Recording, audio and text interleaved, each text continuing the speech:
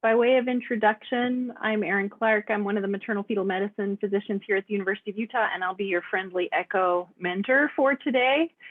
We have two guests who will be joining us. One is Dr. Lindsay, who you can see on the screen, who's a specialist in congenital heart disease. He particularly specializes in sort of the transition, and Ian, correct me if I'm wrong, from pediatric to adult congenital heart disease, and also are a specialist in congenital heart disease in pregnancy and in postpartum women. Yep, that's it. Yep. And we're also going to be joined by Lily Botcher, who's one of our resident physicians, who's going to add to our case discussion today with a case relevant to congenital heart disease. CME has to be claimed by midnight, so Allie put up the slide and also put up the CME code in the chat. So don't forget to claim your CME. She'll send out an email to follow as well. Just a reminder, I know you all acknowledged that this session is recorded. These sessions are archived on our Project Echo website, so you can watch them anytime you like. It's an excellent resource. There's now hundreds of presentations that are logged there for your reference. Allie, do you have any housekeeping items before we get started? I do not. I'm just going to be launching another poll at the very end of the session. If you could please fill that out as well. Excellent. Thanks to everyone for joining for today's pregnancy care session. Dr. Lindsay, I think you're fine to project your slides now if you want to get started. Awesome. Let me just move that poll.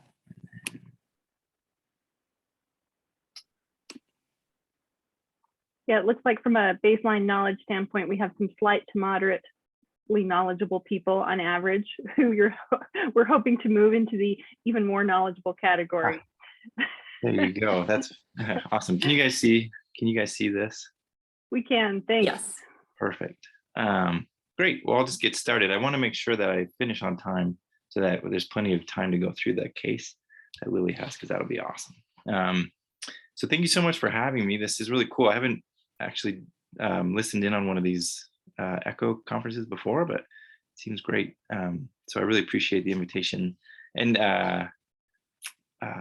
so I do, just tell you who I am real quick, like Dr. Clark said, I'm from here originally, from Utah, and I did medical school here, and then I did med peds residency, and then I went to UCLA to do pediatric cardiology and then adult congenital heart disease fellowships, and then was able to come back.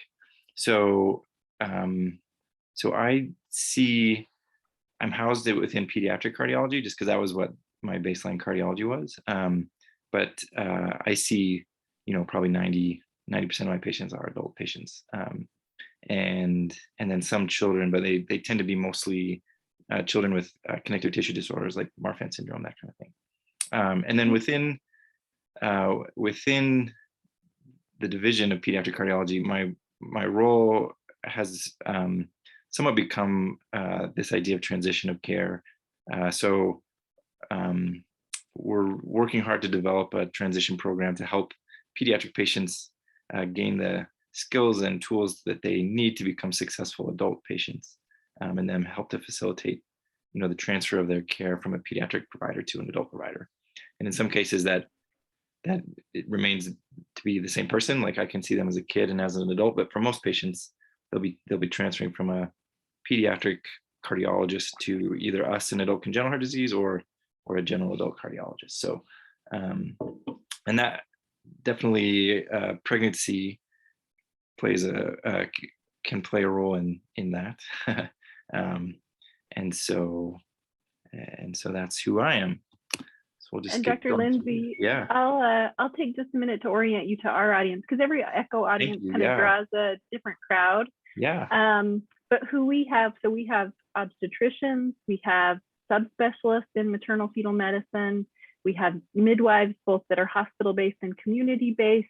We have people who work for health departments and health policy experts. Awesome. We have trainees of various flavors.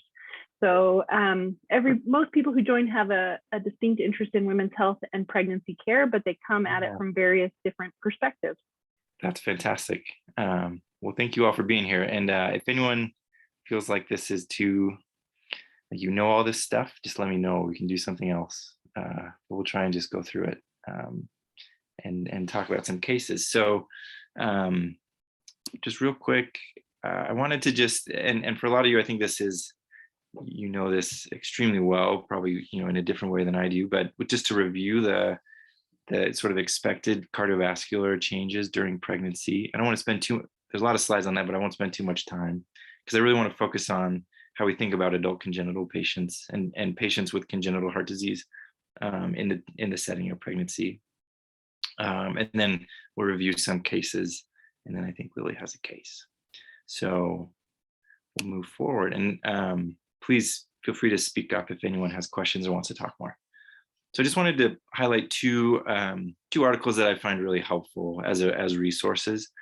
This was a review article on pregnancy in adult congenital heart disease patients from 2017, so a couple years old now, but really it's a really good review. I know this one because it was written by the group at UCLA where I was, and to me this is an awesome example. Mary Canobio is a nurse, but she's the first author on a journal or an article in Circulation, which is like one of our biggest journals in cardiology. So I think that's awesome. But this is, if anyone wants a good review article that goes through all this stuff, this is a great article. And then this is our guideline statement or guideline document for adult congenital heart disease in general. The previous version was from 2008. This is the most recent version, 2018. So, and there are some comments on pregnancy in there, but it also has a really good review of congenital heart disease in the adult population in general. So I wanted to share those so that people have access to them later if they need them. So really quickly, as you all know, in pregnancy, there are some major changes that happen in the body. And these are somewhat predictable and expected and physiological, but in the context of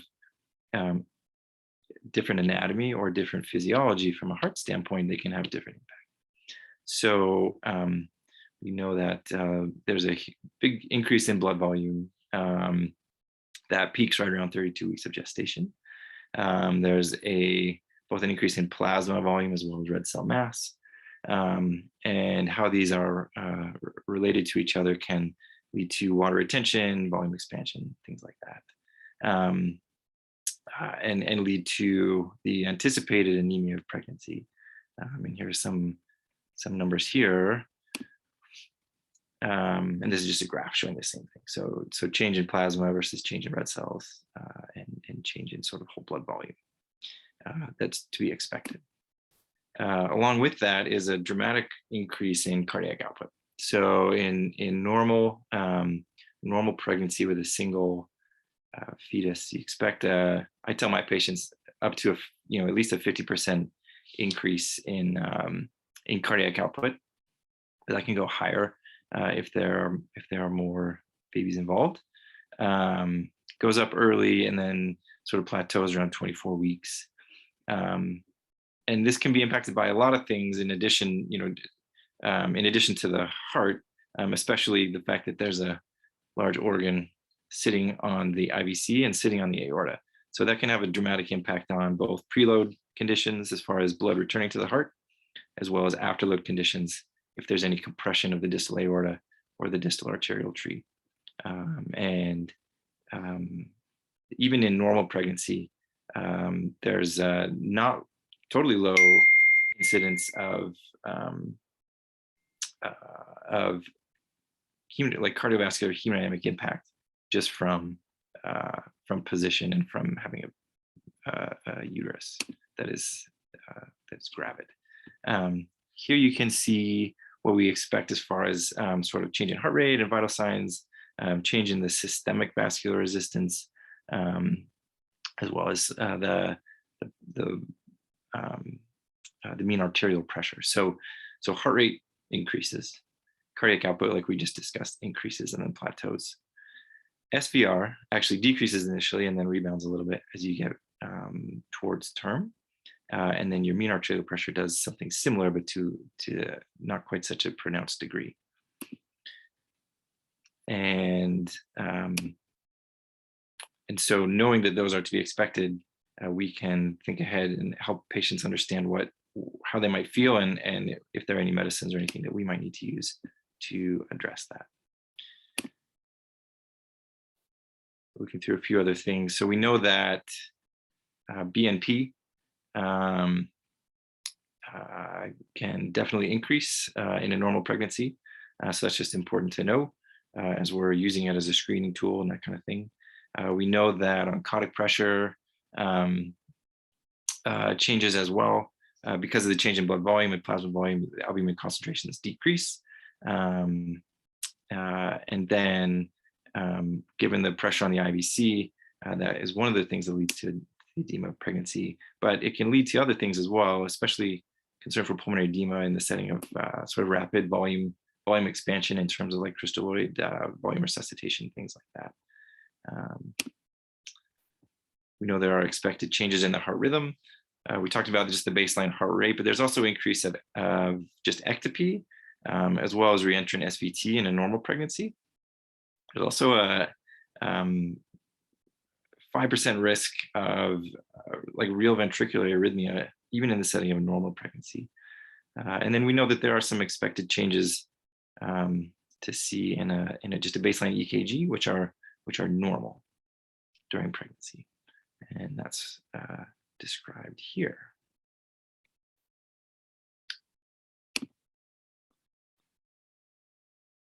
Talked a little bit about this, but as there's more blood volume, the vasculature sort of adapts to accommodate that. But in the wrong setting, so if you have risk for dissection or aortic dilation or arterial dilation or aneurysm, that can increase risk of complication. In the lungs, we know that the PVR decreases, right, and that decreases down to about the 8th week of gestation, and then you also have an increase in pulmonary blood flow such that your mean arterial pressure actually doesn't change. And then we talked about the SVR drops and then sort of responds a bit as pregnancy nears term, and you also see a decrease on average about 10 to 15 points in the diastolic blood pressure through pregnancy. A few other things. This has to do with sort of a space occupying organ in the abdomen, such that your tidal volume increases, but you can have changes to your ability to expand your lungs. You have a rise in your minute ventilation. And then lastly, and in our case, incredibly importantly, pregnancy is considered to be a hypercoagulable state. And there are, for anyone who's at risk of either having a blood clot at baseline or at risk of having bad consequences of having a blood clot, this is a really important statement. And very quickly, because time is already flying, if we think about changes during delivery and then changes in the postpartum period. So delivery is a state that is sort of high adrenaline, can be a high sympathetic state with pain and things like that. So we expect your heart rate to go up, your central venous pressure to go up, and your cardiac output to go up. So even just in delivery, it goes up a further 10 to 30%, and then 50% in the second stage of labor. You have, during contractions, your cardiac output goes up even further, but then you also have blood that enters the circulation as the uterus is contracting, which can have pretty significant impact. Again, this can definitely be modulated by position as well as by pain control. And we use, especially the pain control with effective and early epidurals often in our delivery strategies for our patients. And then the effects of Valsalva for someone who's actively pushing can have hemodynamic impact as well. And then after delivery, there's a pretty quick increase in preload, both because the IVC is no longer being compressed in the same way, and there's a lot of new blood that's in the system. After a vaginal delivery, you have a pretty quick rise again in your cardiac output, which takes about an hour to go back to where it was, and then that sort of resolves back to pre-pregnancy levels over about 24 weeks. The SVR is going to rise after delivery, and then it's going to fall over the course of about 2 weeks. Pulmonary vascular resistance, which was low in pregnancy, is going to go back to normal, but it takes about 6 months. And I counsel my patients that really it really takes at least 3 months, but more like 6 months for cardiac physiology to return to sort of baseline or non-pregnant state after delivery. So 3 to 6 months. And that impacts when we see them after delivery and things like that. And then certainly if there's excessive blood loss, either from a vaginal delivery or a C-section, that can have impact as well. All right. So this is something I stole from someone else, which is why there's a lot of words, but I'll summarize this quickly. So now that we're thinking about our adult congenital population. So overall, our field and our group of patients is sort of exponentially expanding. And that's because patients are surviving through childhood, both in higher numbers, but also sort of in better quality, such that they are alive and thriving and potentially able to have children. And that's, if you read any paper on congenital heart disease, the very first statement is going to be something saying this, that there are more and more adult congenital patients. Really, many patients were told early in childhood or through childhood that they're, some dubious comment about, they can't have kids or should never have kids, or they're going to die if they try and have children, things like that. And rarely is that true, but that's often what they hear. And so that's kind of the baseline. Even now, a lot of times that's what the message that's delivered during childhood. But really, many patients, most patients can do well in pregnancy as long as they're followed closely. There are some exceptions. Pulmonary hypertension, Eisenmenger syndrome, systemic cardiomyopathy such that your function is decreased, and then high-risk aortopathy. These patients actually tend to not do well. And we'll look at how some of our risk tools to stratify risk in these patients, but they clearly end up at the highest risk. Cyanosis or hypoxemia in moms is a huge problem and is associated with a very high rate of fetal demise. And so that's important. So this is resting oxygen saturation less than 85 without supplemental oxygen is a very high risk factor for trouble. And then just a couple things. Rarely is C-section ever required from a cardiac standpoint. There are a few cases, and they're usually in these situations up here, which are the highest risk. But typically, C-section should be reserved for obstetric indications. And then the last thing is this idea of antibiotic prophylaxis for endocarditis with vaginal delivery. So for most patients, it's not recommended.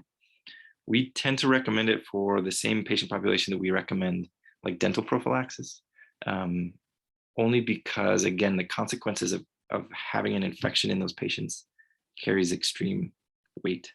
And at the end of the day, we feel like a dose of antibiotics, the risk of that is much lower than the risk of getting an infection. Okay. So I'm going to pause there real quick. Any major issues that people have with my summary of the cardiovascular changes in pregnancy? You guys do this all day long, every day, so I don't want to step on your toes, or if there's something glaringly different, please tell me. It's a really good review for all of us, Dr. Lindsay. And just for the audience, I will be watching the chat. So if you have questions along the way, I can vet those and insert them where it seems appropriate as well. But don't hesitate to speak out if you have a question as well. Perfect. Great. So when we think of the adult congenital population and the cardiac anatomy that patients have, there's really two big groups of abnormal physiology that can impact pregnancy. So one is basically too much flow. So these are going to be volume issues, and these are from residual shunts, things like an ASD, a VSD, collateral vessels, things like that. Or it's going to be from blood that leaves the heart and comes back, or crosses a valve and goes back. So valve regurgitation. These can lead to volume loading situations, especially in the setting of the high volume of pregnancy.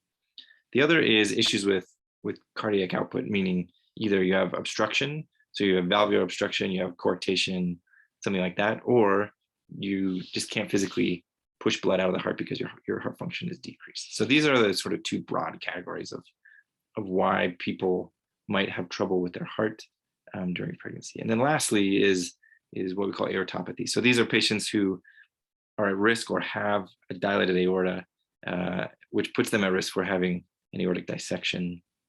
The highest risk patients are those with connective tissue disorders. And we lump all this in with adult congenital heart disease because we usually receive this in our training, but there really isn't anyone else that cares for these patients from a heart standpoint. And so we see these patients in our clinic. So these are going to be patients with Marfan syndrome, Lewis-Dietz syndrome, Ehlers-Danlos syndrome. And Turner syndrome is definitely not to be forgotten because many of these patients can have successful pregnancies, but they are at extremely high risk for dissection. And then patients with bicuspid valves, what we call conotruncal congenital heart defects, these patients often will have aortic dilation just as part of their congenital heart disease. So our job is to help patients to understand what their risk might be, provide that education and counseling, and then help them to make their way through pregnancy and delivery. So there are three tools that have really been developed to help us to estimate the risk for pregnancy. And one is called the modified WHO criteria. There are two papers out of Canada. The initial was called CARPREG, and then there's a subsequent one, so that's called CARPREG 2. And then there's a group out of Belgium, and that's called the Zahara score. So I want to go through these quickly because this is how we think about our patients and how we help to counsel them. So really quick, the WHO was it uses the ROPAC registry, and that's sort of multinational, so at least 28 countries from many women with different things going on. And there's been a lot of stuff published out of this. So from that, they created basically 5 risk categories for women with congenital heart disease. And they go from 1 to 4 with this sort of in-between category of 2 to 3. And I've listed here sort of some of the diagnoses that will fit in here. So risk category 1, we say, is not really at any increased risk compared to patients who were not born with congenital heart disease. So this is going to be really simple disease, like a PDA, simple mitral valve disease, or repaired disease. So ASD, VSD, things that have been repaired successfully, or very simple arrhythmia, just additional heartbeats without anything sustained. Category 2 has a small increase in maternal mortality and a moderate increase in risk, in morbidity. So here you have sort of the rest of sort of simple congenital heart disease. You have ASDs and VSDs that have not been repaired, but that are small and not hemodynamically particularly significant. Tetralogy of Fallot that's been repaired, and then arrhythmia by itself is going to be in here. This sort of moderate category of 2-3 pulls in a lot of other things. So for our patients, the biggest one is going to be this, which is repaired coarctation. It's going to be valve disease that is not mild and is not really bad.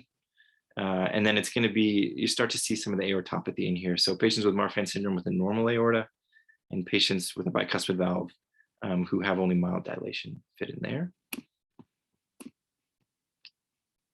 Category 3, so this is really the highest risk group that we say it's okay to become pregnant, making sure that they understand that it's high risk, because it really is high risk. And so these are going to be patients who have a mechanical valve and are on Coumadin. They have a systemic right ventricle, so patients with, for example, detransposition of the great arteries who have had what's called a mustard surgery, or patients with congenitally corrected transposition of the great arteries who have a systemic right ventricle instead of a left ventricle, or patients who have had a Fontan surgery, cyanosis, cyanotic heart disease that's unrepaired, but not Eisenmenger syndrome and not pulmonary hypertension. Sort of the rest of complex congenital heart disease. This probably includes things like various forms of pulmonary atresia that have had a biventricular repair, or other forms of transposition, things like that. And then more of our aortopathy. So these are going to be patients now who have some real dilation. And then category 4 is really the group where we say you should not become pregnant. This is the only group we say this to.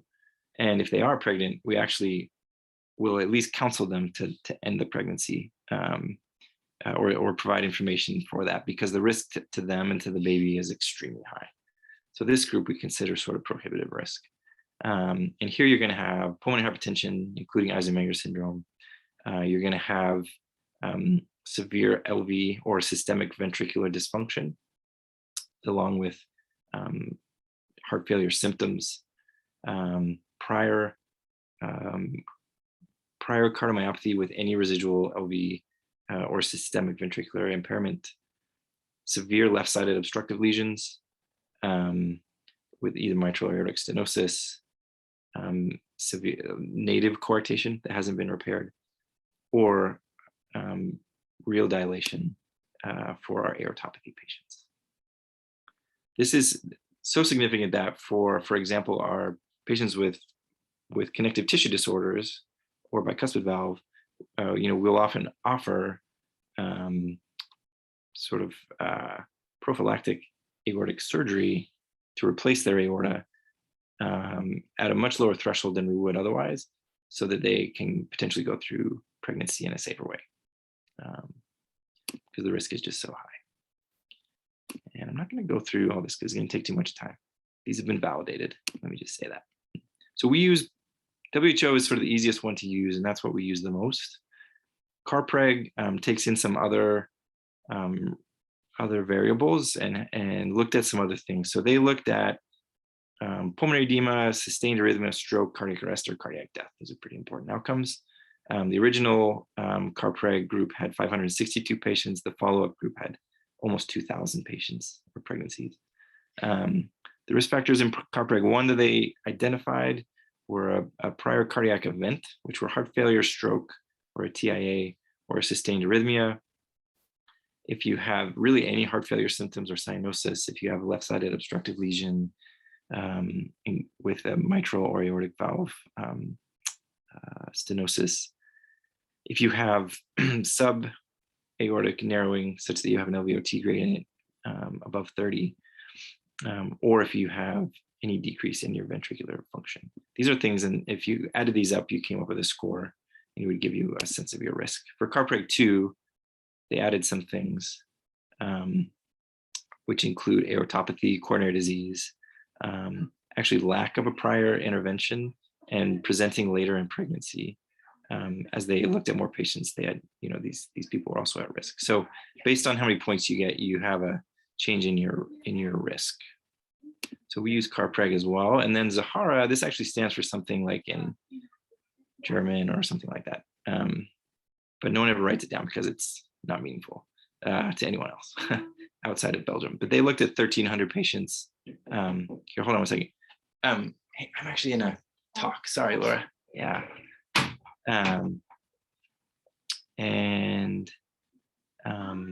This looks at these factors here. And based on how many points you get, this is your estimated risk. And so you can see there are some different things, right? So being on a medicine for your heart before pregnancy, this looked more at the AV valve, atrioventricular valve, so the mitral tricuspid valves in a normal heart. But then some of the other things are the same. So those are the 3 tools we have, and they sort of line up, but not completely. And so it's nice to have, it's nice to think about all 3 when we think about risk. So last couple of things, and then I'll take 2 seconds to go through a case, and then I'll make sure that we have time for Lily. So when I sit down and speak with a patient about pregnancy, this only gets one line, which is pre-pregnancy risk assessment and counseling. But that to me is by far the most important part of this. And because it's so important that patients have accurate information in an accurate sense, both of what their risk might be and what to expect during pregnancy. It's not appropriate for them to just have heard that they can't ever have kids. Likewise, it's not appropriate for them to come away from a visit with us thinking, unless they truly are low risk, that they are not at an increased risk for trouble during pregnancy. So it's just so important. And I will say, like, rarely will someone who wants to have a family and be pregnant leave a visit and having decided not to do that. I just don't think it comes up that often. However, I really do think they have a better sense of what to expect. I think that's so important. During pregnancy, so from our standpoint, our job is to talk about how often are we going to see them. Some patients we only need to see once or twice. Some will see every trimester. Some will see every month, or even more often than that, depending on how they're doing. We make sure that they're hooked into obstetric care as well as high risk OB, the MFM team.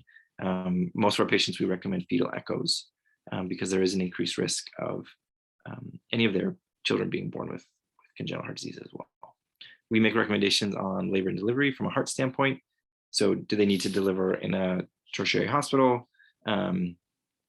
Is there some reason why their delivery method needs to be adjusted? That can include, like I said, most patients can have a vaginal delivery from our standpoint, but maybe we don't want them pushing for very long. So that would include like an early epidural with either an assisted second stage if it's prolonged, or plan to just do a completely assisted second stage. Do they need to be monitored either with telemetry or something more invasive like an arterial line, or even like a swan, which we almost never have to do? Do they need antibiotics because they have a valve or something? And is there anything to think about with anesthesia? So for example, someone with a Fontan, their anesthesia considerations are very important. And so we would want a cardiac anesthesiologist who's also an OB anesthesiologist to help take care of them. And then lastly is how do we take care of them after they've delivered? It's very important for most of our patients that many of them have trouble if they are discharged right away. And everyone wants to leave the hospital quickly after they deliver, it seems, but some of our patients, they really need to be monitored for a day or two, just to make sure that those fluid shifts and changes in cardiac output and cardiac physiology have happened, so we can make sure that they're going to be safe. And then we usually see them, if there's anything going on, we'll see them within a couple of weeks, or more typically, if everything's fine, we'll see them in a couple of months. And then certainly thoughts about whether the newborn needs to be screened as well. So this is when we see a patient, this is our approach. These are the things we talk about. So everyone should leave that visit with this written down in place. And we work so closely with our MFM and OB teams to do that. Questions on all that? Anyone have anything they wanted to say or add? Some of those important people on the MFM team are on this meeting, and so if they have anything else to add with that process. I just had a question, and I think me and Dr. Betcher had the same similar question. When you look at someone's modified WHO classification, it gives you like a category of 3, yeah, and that usually correlates to like a 20% risk of adverse cardiac complications. What in your practice or in your history does that usually mean? Like, is it worsening arrhythmias, or like what are the most common conditions? Because I find that to be one of the hardest things to counsel about, is like, well, what does that mean? Is that like a 10% risk of death? I mean, obviously not, but right. Like what do you usually quote? Absolutely. And it's really hard. And it's at that point, it becomes pretty specific on what their actual issues are. So if they have a history of arrhythmia, absolutely, that can come up. If they can definitely just have new arrhythmia, depending on what their sort of anatomy is. The biggest stuff really is going to be like dealing with volume, and then potentially like heart failure symptoms, and changes in changes in their valve function through pregnancy. So for example, like if someone has a bicuspid valve and they go into pregnancy with like moderate stenosis, 100% that's going to get worse by echo at least, because there's so much more blood and their cardiac output's increasing, yet their valve area is not going to increase, right? So that doesn't necessarily have to feel bad to them, but if it does, it's gonna be heart failure symptoms and potentially even true heart failure where we need to have them in a hospital, things like that. Likewise, if they go in with, a lot of like pulmonary valve regurgitation, usually that's really well tolerated. But if all of a sudden they have so much more blood volume and they become volume overloaded, then, we may need to do some pretty aggressive diuresis, or they may not feel great. They may have significant edema, things like that. But then the whole other section would be things that go along with being pregnant. So like our patients who have to be on anticoagulation for a mechanical valve, bleeding is such a huge deal. And so that's probably a whole, like for that group, I always talk about bleeding and just what a pain it is to have to like manage either Coumadin or Lovenox or whatever we're doing, and just the risks of bleeding, because very few patients I feel like who have a real like Coumadin requirement get out of pregnancy without some bleeding issue. So those are the big things I talk about. Most patients, if they're up in category 3, we have a real good talk about that it's going to be complicated. Most other patients, unless there's something that stands out to me, I'll tell them what the risk is based on these scores, but then I'll give them my sense of what's really the risk. And most of them, I say, you're probably going to be fine. I really think you're going to be fine based on who you are now and what your heart looks like.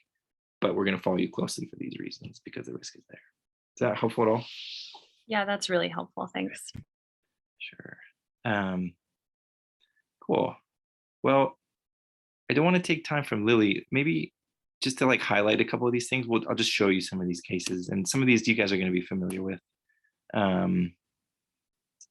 Let's just go here. So this is a 24-year-old who we've now seen through 3 pregnancies, but she initially presented when she was 24. She's from Somalia and came here as a refugee. Really didn't have much cardiac care, and then didn't have any issues during pregnancy, delivered, and then via C-section for obstetric reasons, and then basically went into heart failure and severe pulmonary edema. And when they did an echo, it turned out she has probably rheumatic heart disease, but with severe MR, moderate stenosis with a mean gradient of 17 at that time. That would be more like in the severe range, and doing terribly. So this was not at our hospital, this was with someone else. But the takeaway here is that these obstructive lesions can actually have an impact after delivery, and that initial postpartum period is so important because this didn't show up until I think like post-op day 2, and she almost didn't do well, but they were able to sort of treat her. She went on to have, despite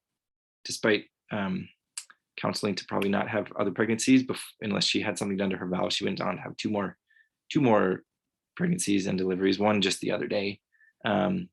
Each time she tolerated pregnancy mostly well, but then each time after delivery, she again had an increase in her gradient, some suggestion of at least mild pulmonary edema, and required some diuretics and some oxygen. So this is just to highlight the power of left-sided obstructive lesions, as well as paying attention to these patients in the postpartum period, even if they really want to go home. Let's see, who's another one. This is a patient of mine, actually, who I met in fellowship, who I now care for here, which is kind of cool. So she presented to us as an emergency. So she was at 37 weeks. She developed chest pain that didn't go away, radiated to her back. She went in to see her doctor, who got really worried, sent her to a cardiologist who diagnosed her with a large dissecting aneurysm from her valve all up into her arch, just proximate to the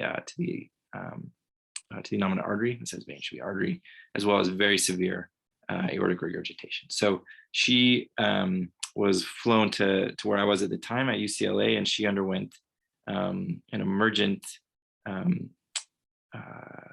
sort of aortic root replacement, aortic valve replacement, and C-section all at the same time. And then we saw her afterwards and did genetic testing, and she has Marfan syndrome, and she had a big dilated aorta at the time. It was just over five centimeters. So, and she didn't know that, and so no one was following her that way. But this just goes to show the severity of these high-risk aortopathies during pregnancy, because she 100% could have not made that. So she did okay, thankfully. And then I'll just to highlight the complications that can come up.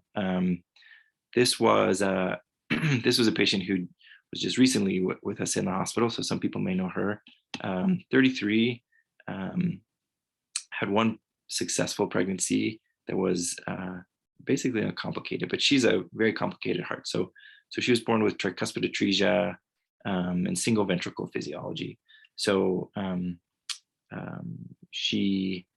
this is a diagram of what that looks like from a heart standpoint. So atresia just means there's no flow across the valve. So no flow here, this teeny little right ventricle and a left ventricle here. So she had what we call a stage palliation to a Fontan, which means that all of her systemic venous blood would go straight to her lungs. And then her heart, really, its only job is to pump blood out to the body. And these are, if you look back at the like modified WHO, just that by itself, they're sort of class 3 high risk. She had a ton of other stuff as well. So she had the liver disease that goes along with having a Fontan. She had a ton of collaterals all over the place. She was cyanotic. She was on 2 to 4 liters of oxygen all the time. She had a pacemaker because she had sinus node dysfunction. She had a history of a clot in her Fontan, such that she was on Coumadin, and she was on a ton of meds. So her risk was definitely like a category 4, right? When you add up all that stuff. And she, despite having an uncomplicated prior pregnancy, this was not uncomplicated. There were issues, a lot of issues with her Coumadin dose was above 5 milligrams per day, and so she had to be on Lovenox for pregnancy. She developed a large hemorrhage. She went into SVT, which was new for her. We had to bring her to the hospital and do a TE cardioversion. She was on a ton of diuretics, and then she had peak trauma like 28 weeks, which I have to think was related to everything else going on, right? So she had to have a C-section in that setting, and she was still basically anticoagulated, so huge hematoma afterward. It was incredibly complicated. And then after delivery, she had massive volume overload, and she was in the hospital for a couple of weeks just being diuresed liters per day. So she survived. The baby survived. None of this was good, right? This is just not a good outcome at all. And so this highlights why we talked to them about that. So she had been counseled, please don't ever get pregnant again. And she just felt differently. So and the last one here, this is a patient with left-sided obstructive lesions who had only previously required balloon valvuloplasty of her aortic valve, but had progression of her aortic stenosis during pregnancy with the development of significant symptoms, such that she was actually taken for an intervention during pregnancy. So she had a balloon valve, her valve balloon during pregnancy to relieve that stenosis. We don't usually do interventions during pregnancy, but we felt like she was not going to do well otherwise, and she did fine. So sometimes even if they're not doing well, there are some things we can do during pregnancy to help from a cardiac standpoint. So, okay, that's it.